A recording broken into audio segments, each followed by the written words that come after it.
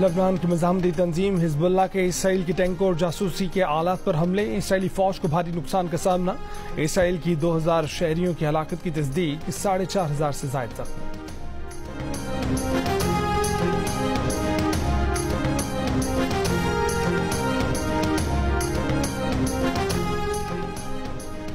गजा अस्पताल पर आलमी गुस्सा ठंडा करने के लिए इसराइल ने गजा में इमदादी काफिलों को दाखिले की मशरूत इजाजत दे दी। कहा कि मिस्र के रास्ते जनूबी गजा आने वाली इमदाद पर हमला नहीं करेंगे। अमरीकी सदर ने बताया कि मिस्र की गजा क्रॉसिंग सिर्फ 20 के करीब इमदादी ट्रकों के लिए खोली जाएगी। अमरीका खुद भी गजा के लिए $10 करोड़ अमरीकी डॉलर इमदाद देगा। अस्पताल हमले पर जो बाइडन ने कहा कि हमला इसराइल ने नहीं, सामने वाली पार्टी ने किया। तर्जुमान अक़वाम मुत्तहिदा कहते हैं कि इंसानी इमदाद के लिए रफा क्रॉसिंग कब खोली जाएगी, इस बारे में कोई अपडेट नहीं है।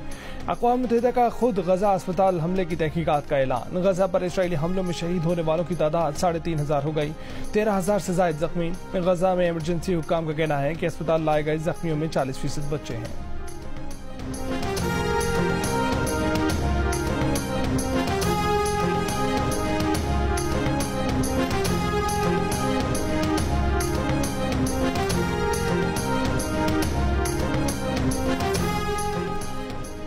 अमरीका ने सलामती कौंसिल में गजा में जंगबंदी की ब्राजील की करारदाद वीटो कर दी। गैर मुल्की खबर रसा एजेंसी के मुताबिक अमरीका ने दूसरी बार गजा जंगबंदी की करारदाद वीटो की। करारदाद वीटो किए जाने के बाद रूस का गजा की सूरत हाल पर अक़वाम मुत्तहिदा जनरल असम्बली का इजलास बुलाने का मुतालबा।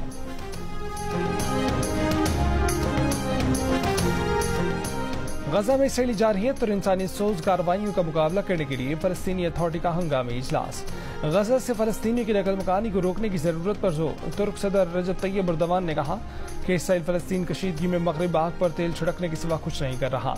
अक़वाम मुत्तहिदा की सलामती कौंसिल अपनी जिम्मेदारी निभाने में नाकाम रही।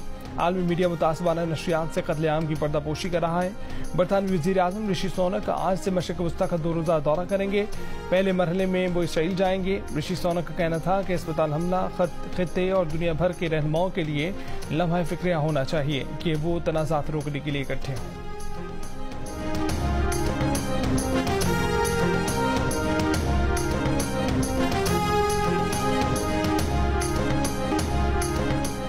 गजा में अस्पताल पर इसराइली बर्बरियत के खिलाफ दुनिया भर में एहतजाज। वाशिंगटन में कैपिटल हिल के सामने हजारों अफराद का फलस्तीनियों के हक में मुजाहरा। सिटी यूनिवर्सिटी न्यूयॉर्क के असातिज़ा और तलबा का एम्पायर स्टेट बिल्डिंग के करीब एहतजाज। शिकागो में इंसानियत से मोहब्बत करने वाले सड़कों पर निकले। फलस्तीनियों की नस्लकुशी और इसराइली इमदाद रोकने का मुतालबा। लंदन में बरतानवी वज़ीर आज़म की रिहाइशगाह के बाहर हजारों अफराद का मुजाहरा। दी हेग में बैनुल-अक़वामी फौजदारी अदालत के बाहर सैकड़ों अफराद का गजा अस्पताल पर हमले के खिलाफ एहतजाज। यमन में हजारों अफराद का फलस्तीनियों के हक में मुजाहरा। दुनिया से इंसानियत के तहफ़्फ़ुज़ का मुतालबा। इटली, तुर्की, मिस्र, उर्दन, ट्यूनिस, लिबनान और फिलीपींस में भी जंगज़दा फलस्तीनियों से इज़हार यकजहती किया गया।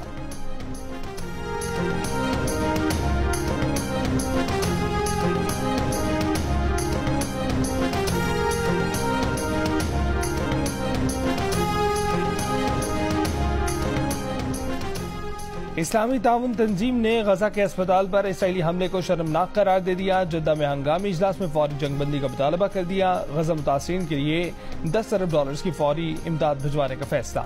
पाकिस्तान की नुमाइंदगी निगरान वजीर खारजा जलील अब्बास जिलानी ने की। ईरानी वजीर खारजा का इसराइल को तस्लीम करने वाले ममालिक से तेल अवीव से सफीरों को बुलाने का मुतालबा। इसराइल पर तेल की पाबंदियों समेत दीगर पाबंदियां लगाने का भी मुतालबा।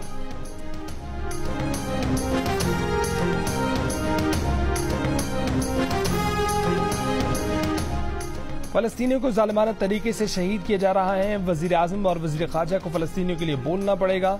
साबिक वजीर खारजा और चेयरमैन पीपल्स पार्टी बिलावल भुट्टो सरदारी का निगरान हुकूमत से मसले फलस्तीन पर खुलकर बात करने का मुतालबा।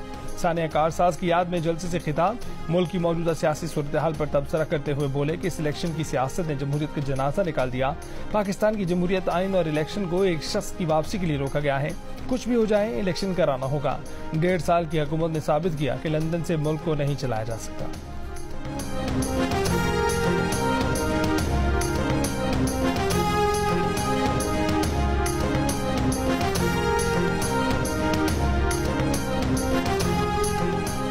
नून लीग के कायद नवाज शरीफ का सऊदी अरब से आइंदा 24 घंटों में दुबई पहुंचने का इम्कान। नवाज शरीफ ने उम्रे की अदायगी के बाद रोज़ा रसूल सल्लल्लाहु अलैहि वसल्लम पर हाजिरी दी। नवाज शरीफ की जाती अमले के 5 अफराद लाहौर से दुबई पहुंच गए। नवाज शरीफ दुबई में 2 दिन गुजारेंगे। दुबई में एक अहम मुलाकात भी तय है। नवाज शरीफ 21 अक्टूबर को पाकिस्तान पहुंचेंगे।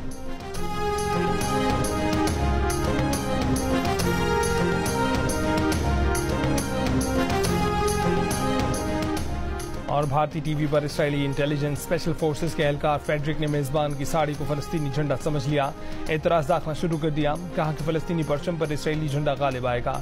ताहम खातून मेजबान ने इसराइली मेहमान को लाजवाब कर दिया। कहा कि ये साड़ी उनकी दादी की है जो अगर जिंदा होती तो 105वीं सालगिरह मना रही होती।